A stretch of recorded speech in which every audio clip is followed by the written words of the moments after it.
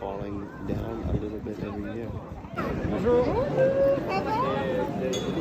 สบายดีโฮทุกคนคลิปวิดีโอนี้ก็ต่อจากคลิปวิดีโอที่แล้วเนาะหลังจากที่เอมี่กับพ่อใหญ่เฮาก็พากันเดินทางออกจากสตุตการ์ตเยอรมนีตอนนี้เฮาก็พากันมาฮอดฝรั่งเศสที่เมืองริมหรือว่าเมืองแรงแล้วเอมี่อ่านบ่ถูกจังไดก็ออกเสียงผิดก็ขอโทษขออภัยเด้อทุกคนอ่านบ่เป็นค่อยก็ได้มื้อนี้เฮาก็ใช้เวลาขับรถมาก็ประมาณ5เกือบ6ชั่วโมงทุกคนค่อยๆขับรถมาเนาะชมวิวชมบรรยากาศไปตามทุ่งไร่ทุ่งนาไปพอมาฮอดแล้วพ่อใหญ่ก็จอดให้เอมี่แบบว่าลงแบบใกล้ๆบอน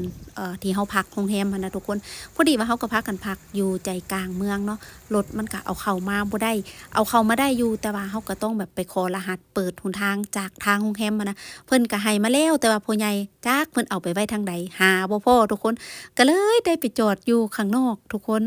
พอละพอ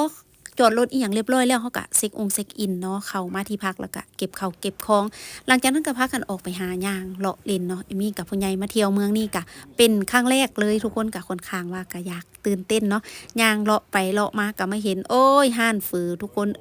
หมายตาไว้ก่อนเด้อย่างไม่เมื่อยก็สิมาสดฮ้อนๆดอกอาหารบ้านเฮาเนาะเฮงเดินทางมาแบบนี้เนาะได้สดอีหยังฮ้อนๆก็เฮงแบบมีแฮงโอ้ทุกคนเอมี่น่ะจะเป็นตื่นตาตื่นใจคักเด้อทุกคนสะอ่อนแบบผู้คนเพิ่นออกมาหายางเลาะเล่นอยู่ข้างนอกนะอยู่ต่างประเทศนะทุกคนคันมื้อใดอากาศดีๆมีแสงแดดนี่นะผู้คนน่ะมีความสุขสุดๆทุกคนก็สิออกมาแบบตากแดดออกมานั่งดื่มออกมากินกาแฟเนาะย่างมาอันนี้ก็สิเป็นแบบว่าจุดแลนด์มาร์คของเมืองนี่เนาะทุกคนอันนี้ก็สิเป็นแบบว่าอาสนะวิหารหั้นนะทุกคนก็เบิ่งไปเบิ่งมาเบิ่งจังได๋ก็คล้ายๆคือแบบโนตะดัมอยู่ที่ปารีสหั้นนะทุกคนเห็นผู้ใหญ่ว่าเพิ่นก็เป็นพี่เป็นน้องกันเด้อันนี้ก็ได้เอมี่ว่าเอ้ามันคือกันคักแท้หั้นนะทุกคนนั่นล่ะบัดทีนี้ผู้ใหญ่ก็เลยแบบย่างเข้าไปเบิ่งห้านแชมเปญเนาะเมืองนี่ก็ค่อนข้างว่าขึ้นชื่อในเรื่องแชมเปญเนาะแบรนด์ดังๆเพิ่นก็ผลิตมาจากที่เมืองนี่หั้นนะทุกคนเอมี่กับพ่อใหญ่ก็พากันแบบเบิ่งแผนที่เนาะพ่อใหญ่ว่าสิพาเอมี่แบบไปจิบแหน่จักหน่อยหั้นนะทุกคนไผมาเมืองนี่ก็อย่าลืมจิบเด้อแต่ว่าเอมี่ก็บ่ได้จีบดอกทุกคนเพราะว่าพ่อใหญ่ช่วงนี้ก็ดื่มบ่ได้หั้นนะก็เลยย่างเลาะเบิ่งซื่อๆเอาก็บ่เป็นอีหยังเอมี่กับพ่อใหญ่นะทุกคนมาเที่ยวฝรั่งเศสนี่ก็หลายเมืองละเด้ทุกคนทั้งตอนใต้เอมี่กับพ่อใหญ่ก็เคยแบบว่าพากันไปเที่ยวแล้วอันนี้ก็อยู่ทางตอนเหนือทุกคนประเทศฝรั่งเศสนี่เป็นประเทศที่แบบว่าเป็นตะมาเที่ยวอีหลีเด้ทุกคนเมืองใดมันก็เป็นตะเที่ยวหั้นนะทุกคนคือมันก็มีกลิ่นอายแล้วก็มีมนต์เสน่ห์ของเพิ่นเนาะบ่ว่าในการแต่งตัวบ่ว่าในอาหารเครื่องดื่มตึกร้างอ่างหญ้าบ้านเพิ่นก็เป็นตะเที่ยวหั้นนะ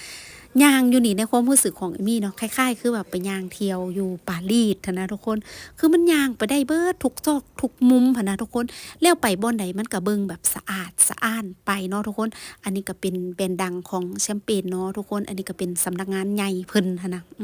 หั่นล่ะย่างเลาะไปก็สิเห็นไปแบบเป็นจุดไปดอกเอมี่ก็ถ่ายคลิปวิดีโอทันแน่บ่ทันแน่คนมันก็หลายหั้นนะทุกคนย่างไปบ่อนใดก็สิมีคนแบบว่าออกมานั่งดื่มมันแต่สะอ่อนเนาะทุกคนเนาะเต็มไปเบิดเลยนะมันก็ตื่นเต้นนะทุกคนหั่นล่ะอันนี้ก็เป็นห้านเพิ่นเฮ็ดขนมปังอีหยังไปเนาะเฮ็ดให้เฮาเห็นแบบว่าแบบสดๆเลยนี่นะทุกคนย่างเลาะไปเลาะมาผู้ใหญ่ก็เลยขอกลับไปนอนพักผ่อนก่อนเนาะเอมี่ก็เลยแบบมาหาย่างเลาะแบบว่าช็อปปิ้งจักหน่อยทุกคนมาฝรั่งเศสทั้งทีเนาะเอมี่ก็ช็อปจักเล็กจักน้อยหั่นล่ะทุกคน